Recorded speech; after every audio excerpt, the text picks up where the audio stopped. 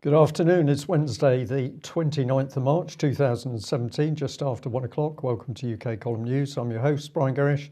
With me in the studio, Mike Robinson. And we're going to be joined today by Alex Thomson with Eastern Approaches. And of course, Alex will be reporting from the Netherlands. Well, I can't stop smiling. It must be World Happiness Day all over again, because if we're to believe the fake news, it is, of course, the day that UK leaves the European Union. Whoopie-doo. Whoopie-doo, Brian. We're out, except we aren't. So there is Theresa signing the letter yesterday. The letter has now been delivered to Donald Tusk, and she's now been in Parliament giving a statement, and what a wonderful statement she gave. So what can we say about it? We're not out. We're not out for at least 2 years, at least 2 years if we're ever out. She said in her speech to Parliament that we were going to be leaving the institutions.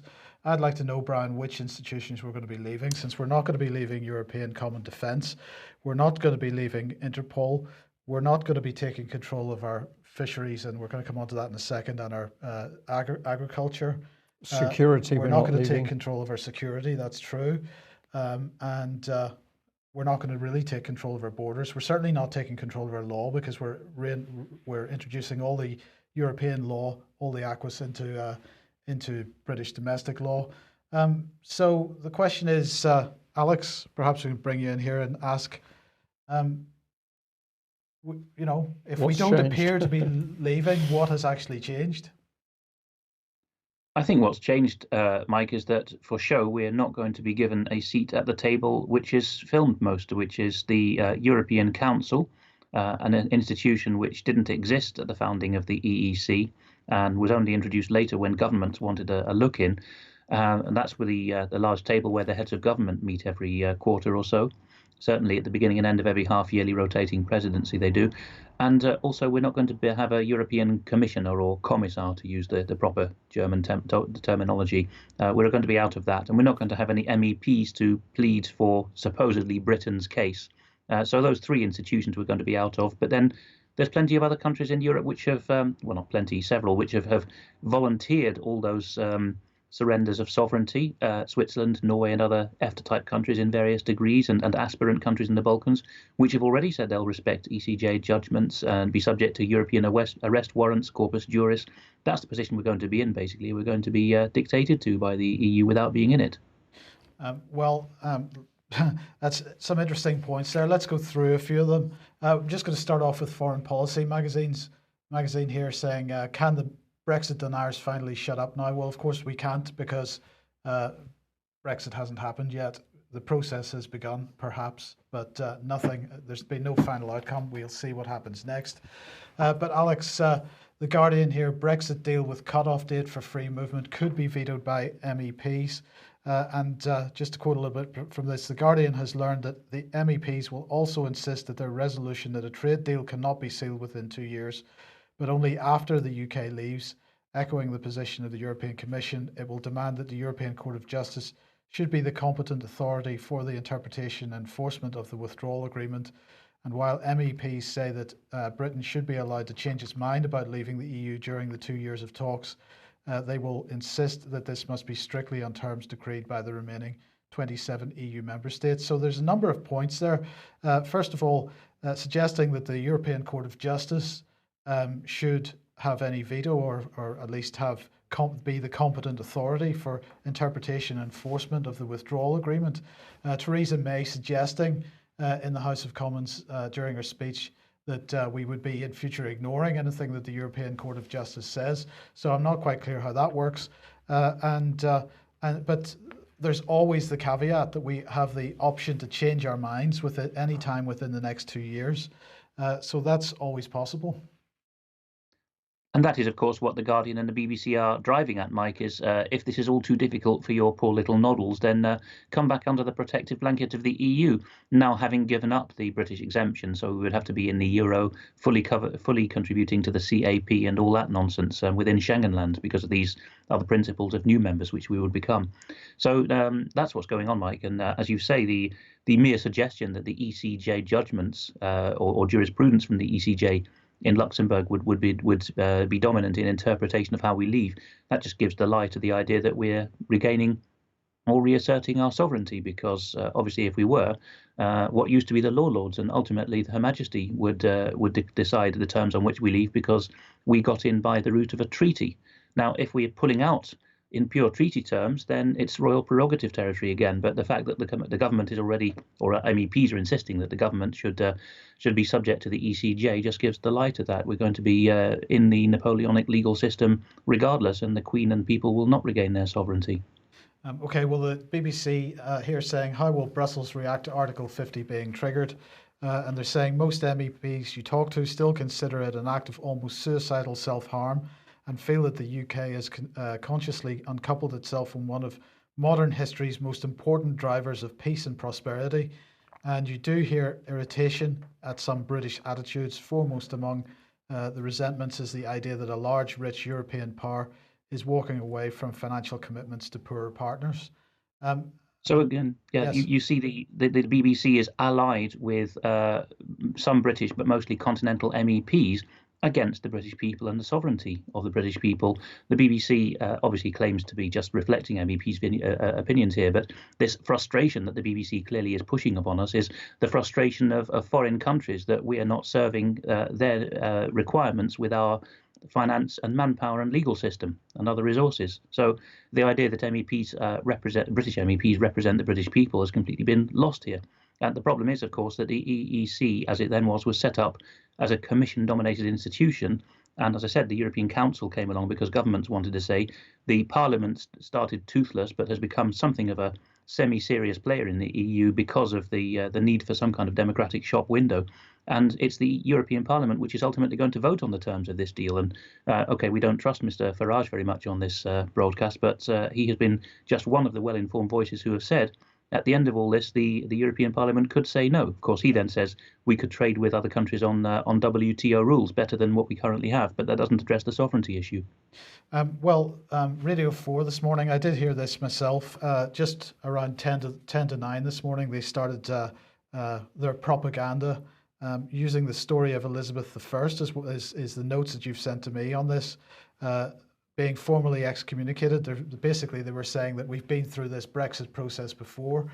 And they went on to discuss Henry VIII laws and the fact that Henry VIII had told the Pope to take a hike many years ago. Of course, there was the enmity between the monarchy of Britain and the continental nations, suggesting that wasn't new. It was absolutely shameless. But of course, what they are doing is reflecting this, a new campaign from Global Justice Now. After Article 50, UK democracy will be chilled by Great Repeal Bill, warns a new briefing. So this is a new briefing from a legal academic warning that the Great Repeal Bill could affect UK democracy for decades to come. This is what he's describing as proposed new Henry VIII powers. This is by the former Lord Chief Justice, a self-inflicted blow that could only be used in a national emergency. And basically, what they're saying is that the Great Repeal Bill, which is this piece of legislation they're going to push through, which is going to repeal the 1972 European Communities Act, and which is going to bring in all this European law into British domestic law. They're suggesting that under the radar, as it were, alongside that, we'll effectively be giving Theresa May almost presidential powers to repeal legislation which has come from Europe without the will of Parliament having any influence on that. Of course, that all depends on what it says in this Great Repeal Bill, which has not been published yet. So this is really a nonsense article and goes alongside what the BBC was talking about. The focus here, I think, Alex, should be that with the Great Repeal Bill, should be that we're even bringing in all this European legislation without any consideration about whether we want it or not. We're just going to bring it all in and continue as if nothing had happened, bring in all the worst of it, and not worry about what our constitution says in the meantime. That's clearly what it's about, Mike, distracting from the fact that in one fell swoop, the government is now handing over the entire acquis communautaire of 40, 50 years into British, or rather, I should say, the law of England and Wales and the law of Northern Ireland and the law of Scotland, because there's three separate jurisdictions in the UK. But that's what's is being done, you see, as a fait accompli. The Henry VIII stuff and the piece you showed was actually from yesterday, the Tuesday, the 28th of March. So I think the Today programme has been doing a whole series on this.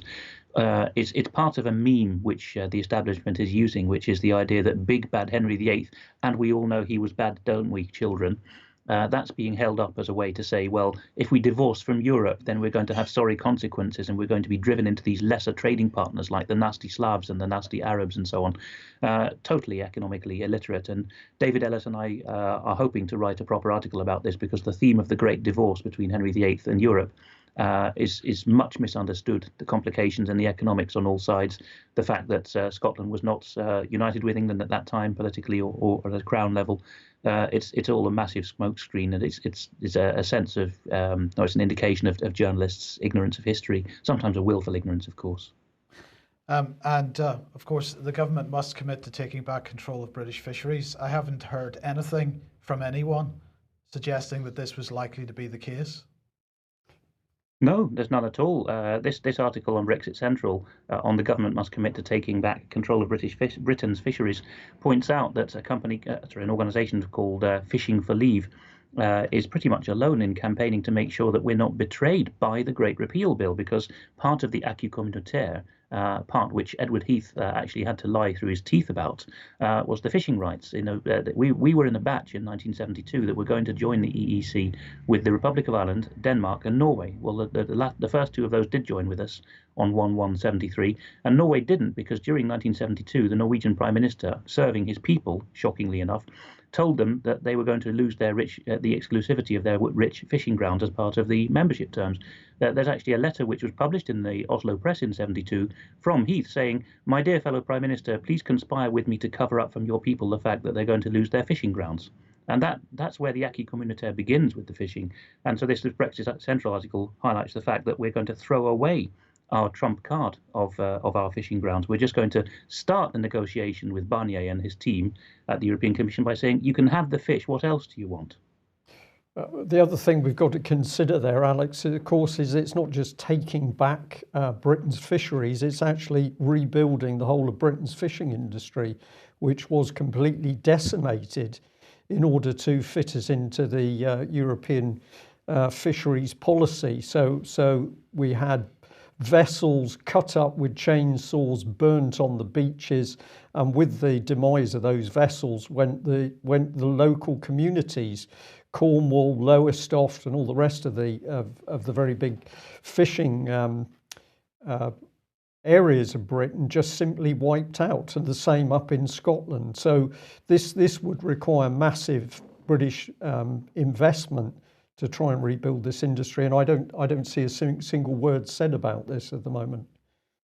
I think you've put your finger on it, Brian. That the reason, of course, that you have a personal interest for newer viewers is that in one of your later posts with the Royal Navy, late 80s, early 90s, you were in fishing compliance. So you actually had a moment of awakening, didn't you, when you had to deprive a Scots skipper of his livelihood by removing his nets, which were the only way he was going to be able to fish economically. So there was a big push at that time.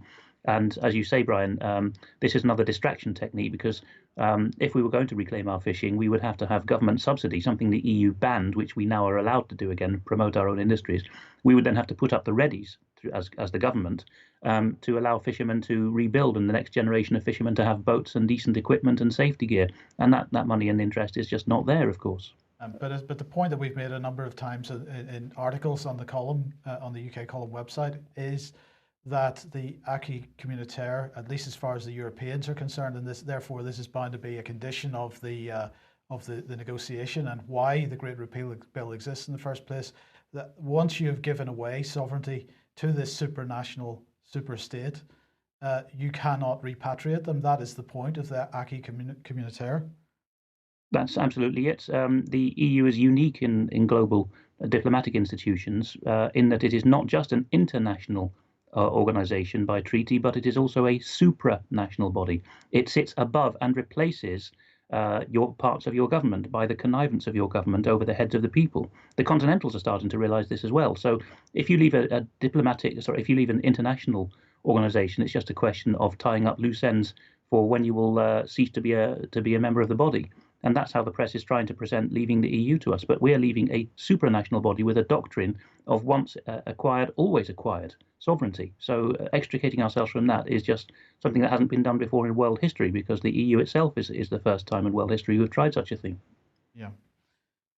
Okay, well, let's move on to this then. From the Telegraph, UKIP's biggest donor and David Cameron's former strategist in plot to oust 100 Remain MPs. This is Steve Hilton. He's launched his CrowdPack funding campaign to help more independent and independent-minded people stand for office, whether at the local or national level. So Aaron Banks has given £1 million to UKIP before the last general election, and he told Chopper's Brexit podcast on the Telegraph here, they had dubbed it a drain the swamp strategy under plans Steve Hilton's new patriotic alliance movement to help organise and fund independent candidates to stand against and particularly bad MPs. So what are your thoughts on that? Well, I think that Chopper's Brexit podcast, we're now on episode 4, is well worth it. They're very dull half hours with bad audio, recorded in the pub somewhere mostly, but they're worth a careful listen because you get gems like this. I would say that Steve Hilton, who's a former Cameron advisor, and Aaron Banks, who's just split with UKIP or been turfed out of UKIP, the big donor to UKIP he was, these two men are not ideal. They don't have our convictions about the British Constitution, but at least they're men with some publicity platforms, some money and some nous, saying we need to get rid of at least 100 traitor MPs who have been demonstrably, what's said here is that they're the worst or at the bottom of the barrel or something. Yes, Mr. Banks' key advisor, Andy Wigmore, says that this alliance, which is the Patriotic Alliance that Aaron Banks is setting up, it's not a party, by the way. He had to correct the people in the podcast about this. It's a movement, not a party. But this alliance has already identified 103 MPs, which, quote, we consider are not fit for purpose. Quote, there is a multiple of facets that classify them, these MPs, as rubbish. Now, this is good talk, isn't it? This is what we need the British people to be realising, that if you vote for a party man or woman, you're going to get rubbish on the bottom of the barrel, intellectually, patriotically, and in every other way. You're going to get the worst possible outcome. So there's some hopeful stirrings. And Steve Hilton, of course, he's a Cameron man. He's been in the system rather questionably, but he's bringing into British politics the idea that exists in America of a PAC, a political action campaign, where citizens actually crowdfund, he says it deliberately in his name, efforts to get good candidates and people who will obey the electorate. This has to be a good thing, even if the men running it are not ideal. Yeah, absolutely. I think I'd have to add to that, Alex, that this kind of movement, I think, has got some real value, but with it has got to come the knowledge of what people are actually fighting. We know that many UKIP councillors, for example, were elected. They were good people. They wanted to do a good job, but when they got into local authorities, they were simply totally unequipped to actually deal with the type of environment that they were then working in. So part of the job we've got to do, it's a movement to wake up people to what they're really fighting and how the other side works. And I'll just drop it in because when you were talking about Theresa May, the word Erasmus keeps coming into my mind because, of course, she's keen to keep that. What is that agenda about? It's bringing internationalist agenda into Britain's universities so that we have youngsters who are trained to think outside of national identity. If MPs or if local councillors don't understand that this is the sort of thing they're up against, they're not going to produce the results. Well, let's have a look at the BBC, and I couldn't resist visiting Reality Check because there's no greater oxymoron than BBC News and Reality Check. But here was one of their little articles. Will the UK pay a 60 billion divorce bill? And when we get into the text of this, I need to press the right button here. Here we go. It becomes very, very interesting. To get any potential figures, you have to work out a value for all the EU's liabilities, the money it owes at the point that the UK is likely to leave. Then you subtract the value of the EU's assets and decide what percentage of the balance is the responsibility of the UK. This is a sort of 5-year-old's accountancy lesson by the BBC. Yeah, but how do you do that anyway if you don't have any audited accounts? Well, we're coming on to that bit, Okay. Mike. Let's have a look at this. The Commission's negotiating team has made no public comment on how it intends to calculate the cost of the divorce agreement, but there's certainly a way to get to a figure of 60 billion. Well, there's a way to get to a figure of 600 billion. This is really outstandingly, I've got to use the word crappy reporting by the BBC. How do they get away with this? It's unbelievable.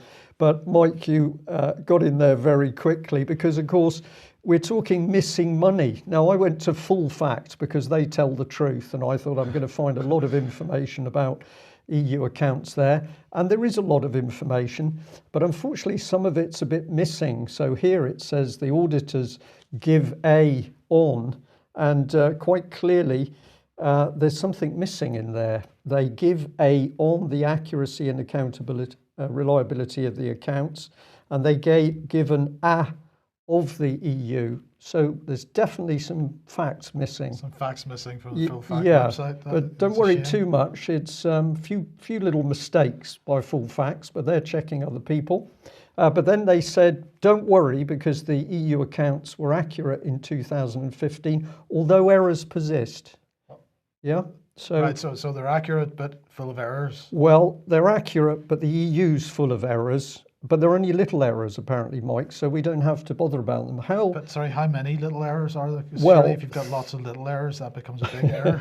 3.8% of 145 billion euros. In 2015, the EU spent 145 billion. And then it says down in the second paragraph, but it did find that 3.8% of EU spending was subject to error. So I did a little bit of maths, which luckily a few people have checked. And 3.8% of 145 billion is a mere £5.5 billion gone missing. Right. But there's no fraud. There's nothing to worry about here. So that sums it up, really. The annual budget of the public sector of the BBC is 3.65 billion, and BBC Global is 1.1 billion. So effectively, the EU loses the whole of the BBC's budget, but there's no fraud, there's no corruption Well, at maybe all. that's where it's gone. A trillion to the BBC. I knew it would be Happiness Day today. Yes. Okay. Let's move on to the United States here. And Foreign Policy magazine, again, the Russia scandal has reached the Trump family. This is, and then the subheadline is, and only a special counsel can find out how deep the rot goes. This is from Max Boot, who is the Jean L. Kirkpatrick Senior Fellow for National Security Studies at the Council on Foreign Relations. So we say this with that caveat. And Max says, these have been a choice few days for aficionados of scandal. Washington hasn't seen their like since the heyday of Whitewater, Iran-Contra and Watergate. In other words, for nearly 2 decades. And in many ways, Kremlin-gate, the burgeoning scandal over Team Trump's connections to Russia, isn't a class by itself. When in the past has an FBI director ever announced that his agents were investigating allegations that the president and his close associates, including his senior advisor, cum son-in-law, were guilty of collusion with a hostile foreign power? Never. Yet that's what James Comey did on the 20th of March when he told the House Intelligence Committee that the G-men were looking into the nature of any links between individuals associated with the Trump campaign and the Russian government, and whether there was any coordination between the campaign and Russia's efforts. To make the event even more surreal, FP says, Comey and his fellow witness, Admiral Michael Rogers of the National Security Agency, all but called their boss, the Commander-in-Chief, a liar by publicly dismissing his allegations that former President Barack Obama had wiretapped him. I have no information that supports those tweets, and we have looked carefully inside the FBI, he said. So that's pretty good stuff. Well, Is Foreign Policy magazine correct to be making these comments? Well, a couple of days ago, this gentleman, Senator Charles Grassley, issued a press release. The press release was about a letter that he had written on the 24th of March. And in that letter, he said, according to press accounts, a Republican opposed to Mr. Trump hired Fusion GPS. Here's the Fusion GPS website. That is the entirety of the Fusion GPS website. A few lines on a page. Yeah, this is the style of a hedge fund type websites, in my opinion. Absolutely, you're absolutely right. That same type of style. But anyway, the letter said, according to press accounts, a Republican opposed to Mr. Trump hired Fusion GPS to compile opposition research on him. Fusion GPS then hired somebody called Mr. Steele. We'll come on to him in a second to investigate Mr. Trump's ties to Russia. The letter went on to say, once it became clear that Mr. Trump would be the Republican nominee, Democrats supporting Secretary Clinton's campaign began to pay for the research. So the Republican opposed to Trump dropped off at that point, and the money continued to be paid by Clinton's campaign. And then the letter goes on to say, last month, the Washington Post reported that a few weeks before the election, the FBI had reached an agreement with Mr. Steele to pay him to continue his work, noting that the revelation that the FBI agreed to pay Steele at the same time he was being paid by Clinton supporters to dig into Trump's background could further strain relations between law enforcement agency and the White House. So we have Comey sitting in front of the House, the Senate Judiciary Committee, or Intelligence Committee, sorry, saying that the FBI has no knowledge of any of this stuff. Of course, he was being quite specific because he was referring to Trump's use of the word wiretapping.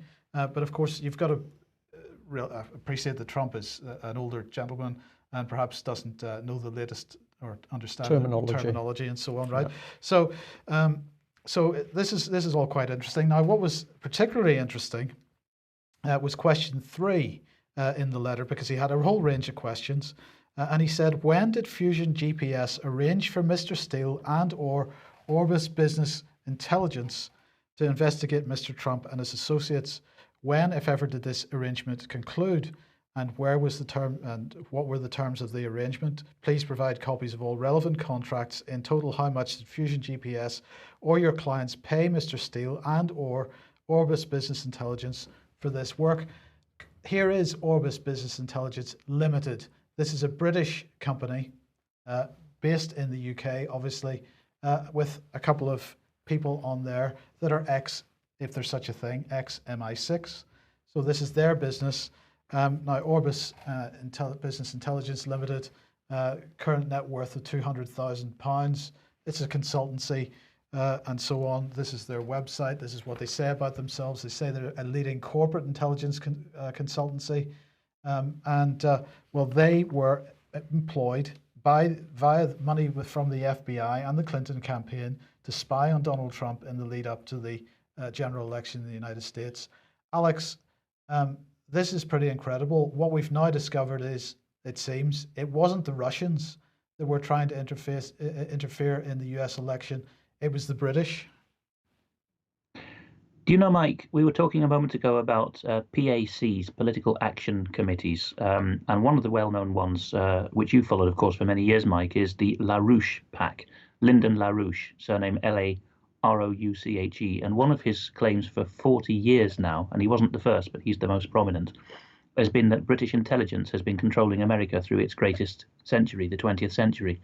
And he was ridiculed by Americans and Brits of all shades until a few years ago. And moments like this really vindicate the old man. Apparently he hasn't met Mr. Trump yet, but he would like to before his time on this earth is over, because he's got a lot of information he's built up. And it's just things like this which have made Mr. LaRouche and other outsiders think that the British have had a controlling hand in American politics for a long, long time. We've also been involved in the past with Field McConnell of Able Danger, and one of his unique analyses, together with a British colleague, an ex-Cambridge man like me, actually, David Hawkins, is that we controlled, through the Radio Company of America, which was British founded in the 1920s, we controlled American patents, and that became Serco in the end. There is a very deep strain of this. Christopher Steele I knew personally as a fairly senior colleague in the intelligence agencies a decade ago. I found him an affable type, but rather controlling, and always very interested in the peccadillos of Russian businessmen, as they call them. So that's obviously an English loanword, but it means mafia-type businessmen. He specialised in that, and that is the prism through which he sees Russian activities. He was always pumping me for information on how Russian mafiosi did business with each other and how they felt about being betrayed by each other. So he's basically mapped that understanding onto Russian and British and American politics, that it's all about shafting each other, to put it mildly. And which is why he came up with, I don't know what resources he was using as a private ex-MI6 officer, but he apparently put Trump on surveillance or something.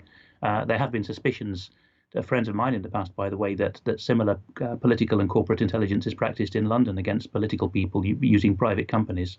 There's been some suspicions for a long while there, with things that the agencies would have done more professionally, but which became known and therefore must have been done, more cack-handedly. So I think this does exist. So Christopher Steele's claim, of course, late last year, and again, cover your ears, this is a lunchtime show, but what he claimed is that Mr. Trump had gone to Russia and had prostitutes urinate on him for a sexual thrill. I mean, that's the level of the claims here. But it's not just all whipped up from nonsense like that. There clearly has been some real surveillance going on. Yeah. The other thing we should add in here is that, and a couple of people have mentioned this gentleman in the chat box, of course, if you want to find out about Mr. Comey, see the excellent questioning which South Carolina Senator Trey Gowdy has been doing. There's months and months of really excellent work, excuse me, by that committee, and Trey Gowdy has shown himself to be extremely professional, very penetrating in the questions that he's been asking of Comey and other individuals. And you can also see on his face in these formal video clips the shock at some of the answers that Mr. Gowdy has had from the likes of Comey and others. Disingenuous, covering up, squirming in their seats, and you're left with the impression that they're clearly not telling the truth for whatever reason. Okay, well, let's stick with security-related issues. And there's a meeting going on at the moment. Now, this is the International Commonwealth Parliamentary Association, and this particular website we've got on screen is the UK branch of that. Now, the International Commonwealth Parliamentary Association is the professional association of all Commonwealth parliamentarians. It has an active network of over 17,000 parliamentarians from 175 national, state, provincial and territorial parliaments and legislatures. It's governed by an executive committee of parliamentarians from all main parties, with a membership of members of both Houses of Parliament. CPA, this is the UK branch, undertakes international parliamentary outreach on behalf of the UK Parliament and the wider International Commonwealth Parliamentary Association. So they say that they have a specific focus on parliamentary diplomacy and parliamentary strengthening activities, and that CPA UK seeks to foster cooperation and understanding between parliaments, promote good parliamentary practice and advanced parliamentary democracy. So that's all really good, Brian. It's democracy, so we can go home. There's nothing to worry about. Yes. So what they're saying, they're running this event, which is the International Parliamentary Conference on National Security. It's being held in Westminster, began yesterday, it ends on Friday. It's designed to increase parliamentarians' knowledge of and build capacity on national security through engaging interactive discussion sessions and networking opportunities with key stakeholders. So that's great stuff. Let's have a look at this. Of course, they have strong links with Common Purpose in the past. We don't need to say any more. So here is the website for the International Parliamentary Conference on National Security. Well, what did Michael Fallon have to say? That we are investing £1.9 billion to develop cyber capabilities and skills across all government departments and setting up a new National Cyber Security Centre. Well, they've already announced that, of course. So this is going on at the moment. They continue to push this through, this whole notion of cybersecurity. Every single institution, as far as I can see, whether it be NATO, Parliament itself, NGOs like this, they're just pushing this cybersecurity mantra. Alex, why are they driving this particular issue so hard at the moment?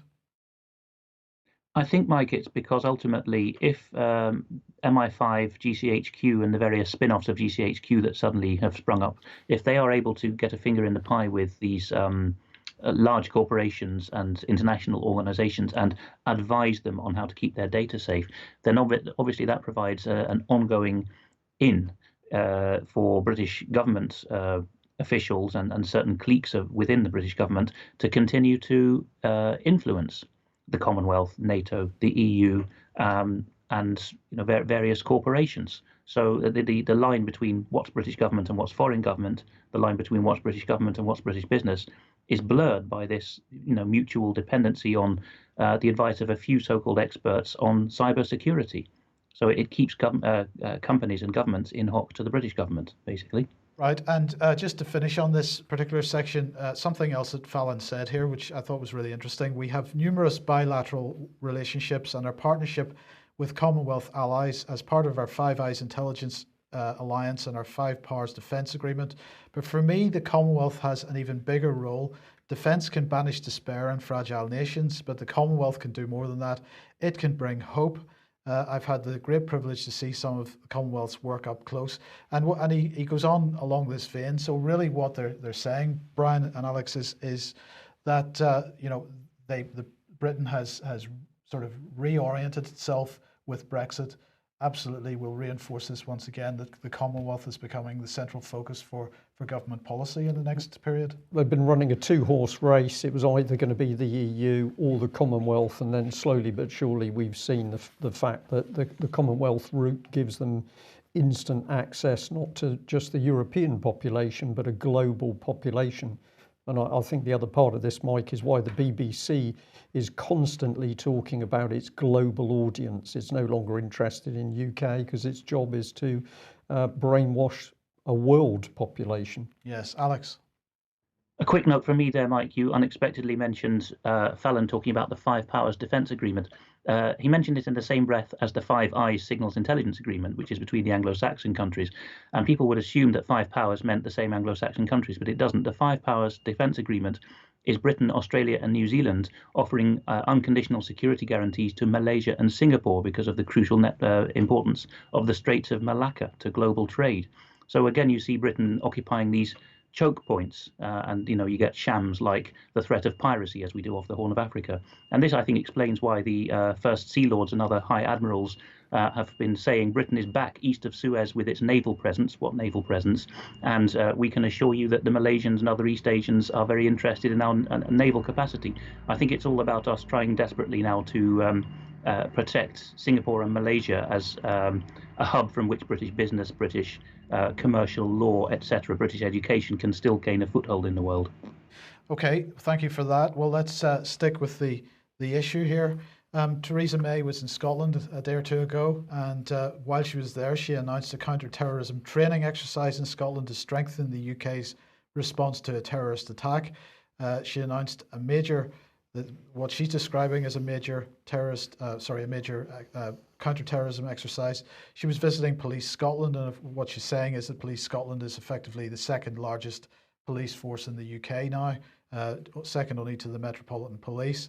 The training is part of the UK government's National Counter-Terrorism Exercise Programme and brings together partners from policing and security, the armed forces, UK government departments, and the devolved administrations to test responses to major terrorist attack. And they're saying that lessons learned from these operations are fed back to the full range of operational partners, government departments, and devolved administrations to further strengthen the UK's response, and so on.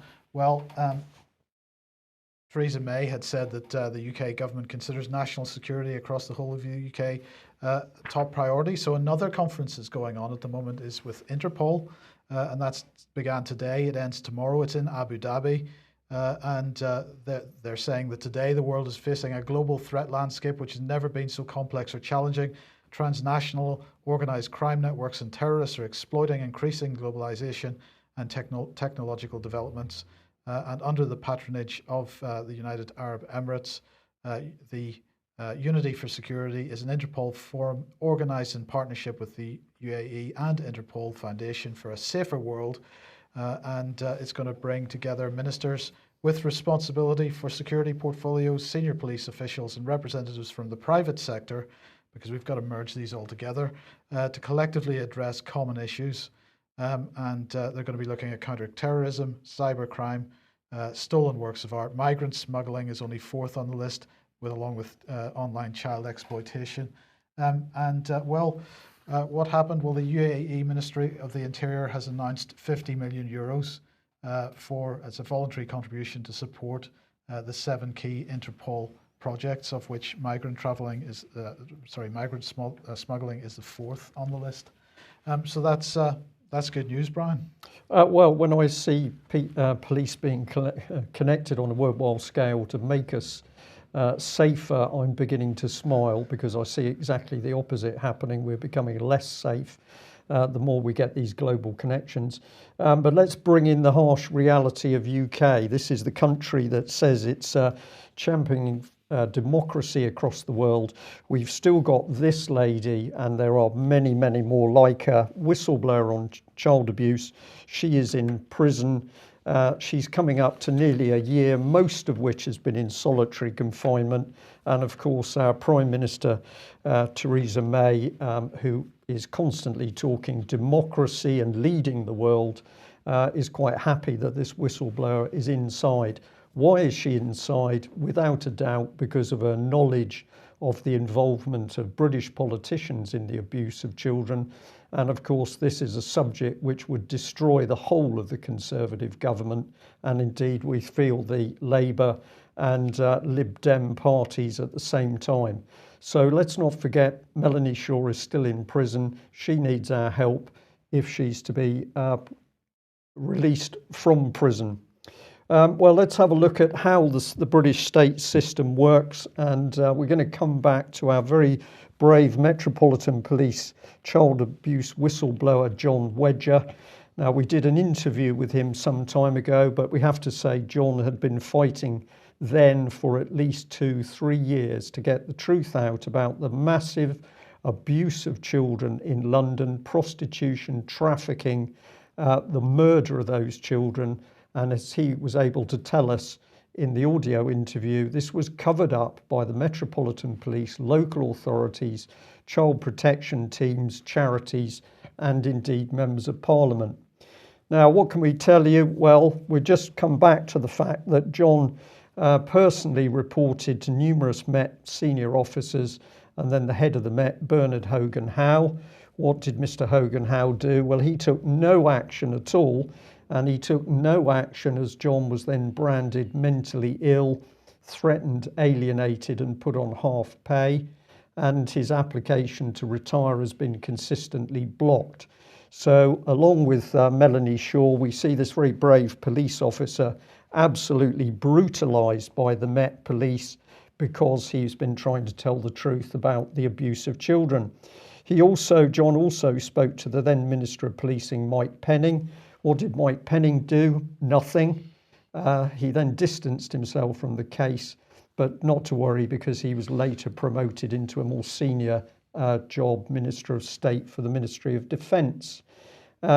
We also made sure that his replacement, Brandon Lewis, was informed. What did Mr. Lewis do as policing minister? He took no action. He failed to communicate, and then he distanced himself from the child abuse case. But not to worry, because in September 2016, he is promoted to the Privy Council and he's made right honourable. It almost makes you want to vomit, I have to say. So there's been no action from Prime Minister Theresa May, no action from Home Secretary Amber Rudd, no action from Bernard Hogan-Howe, and indeed no action from incoming Chief Cressida Dick, and no action by the BBC. And journalists who have shown initial action have either been warned off or cried off reporting. Now, let's come on to this man, because this is where we come to the central core. This is Mr. Mike Veal. He's the Chief Constable for Wiltshire Police. And of course, he is the man who's been investigating Ted Heath. And it is this case which would destroy the whole of the Conservative Party. Now, we discovered that this man had made a really fantastic video. I'll give you the link for that in a moment. last night I tweeted out that people should view the video, and this was the response. There were 3 replies to my tweet, 71 retweets and 52 likes. This was the video, and at the start of my tweets it had 1,873 views. Early this morning it was up to 2,428. Now, what I'm going to say as strongly as I can, this Chief Constable has stood up to be counted. He is trying to do his very best in order to investigate Ted Heath. If you haven't seen this video, watch it. This man needs our support, because I can tell our audience today he is under immense pressure from the highest levels of government to pull out of his investigation. So if we just remind people on that, when I initially put it out, I got 71 retweets and 52 likes. When I put out what can we do to help him, letters, emails, texts, pressurize the Home Secretary, get on to this case, it's not so good. We get 12 retweets and 9 likes. This is not taking action. If you want to do something to help protect children in this country, it's not enough to simply like. You've got to push the information around, and you've got to take action yourself. And I'll just add this one. We've got the meeting for Nottingham coming up on the 22nd of April. The whole purpose of this meeting is to get people together to take action. So if you haven't got tickets yet, please get onto the British Constitution Group website and purchase those tickets. What's coming into UK? It is a dictatorship. I'm just going to add that my view on the cyber security is that this is a scam in its own right. This is setting up a very, very detailed, in-depth spying regime for the British public and every contact they've got, whether it's President Trump or others. And we see the police becoming increasingly brutalized. We need to take action. It is not enough to be an armchair warrior emailing and simply liking other tweets. Alex, I regret to say we haven't managed to get through half of the stuff we wanted to cover today, but have you got any sort of closing comments? Really, I think, Mike, that I think we all need to spend some time actually thinking about the coordination of the different strands of unlawfulness that we are coming across. I mean, I'm getting ideas just coming to me as we talk, which are tying up loose ends that have been in my mind for months, or in some cases years. And so it doesn't matter how well plugged in you may have been in the past. I've been quite privileged in that regard. We all need to spend some time actually thinking about how it all adds up, and in our own different ways, at different levels, we can do that. So don't just, as Brian says, don't just be liking or squawking about things that you don't like happening to the country. Discuss them with others, preferably in real life as well, because that's the way in which the brain starts flowing, as it were, and we actually start working out what's been done to us. You know, talking about any victim support group will say, talking about what's been done to you is the first means to a remedy, and that applies to a nation as much as it does to an individual. Thanks, Alex. I'll just finish by saying, you know, a like doesn't actually help. A like only gives information to Facebook or Twitter about what you like. It doesn't really help distribute the information. Unless you share it or retweet it, it doesn't go anywhere. So you've got to do that at the very least. And, you know, unless you're doing it, we don't get any benefit from social media whatsoever. Yeah. We'll end on a positive note, though. We can say, did the original tweet the UK column made about Chief Constable Mike Veal, did that work? Absolutely, because we've now got public focus on that excellent video that he made. If you freeze the frame that we've had up in the news, it's got the address on it, or check my Twitter account or UK column Twitter account. But basically, reinforce and help this policeman. We are taking a major step to bringing down the criminality that is embedded in British government. That's it for today. Alex, thank you very much for joining us. We'll be back at the same time tomorrow. Bye-bye.